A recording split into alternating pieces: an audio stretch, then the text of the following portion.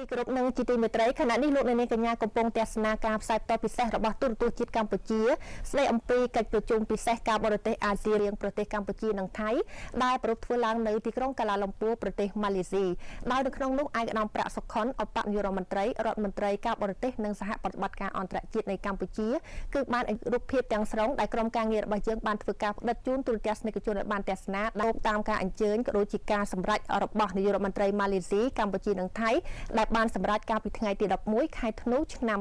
2025និងស្ដារឡើងវិញនៅសន្តិភាពស្ថិរភាពនិងទំនាក់ទំនងភាពជាអ្នកចិត្តខាងល្អជួបពិភាក្សាទ្វេភាគីជាមួយសមាភិកីអាស៊ានផ្សេងទៀតផងដែរទំនុកចិត្តបន្ថែមទៀត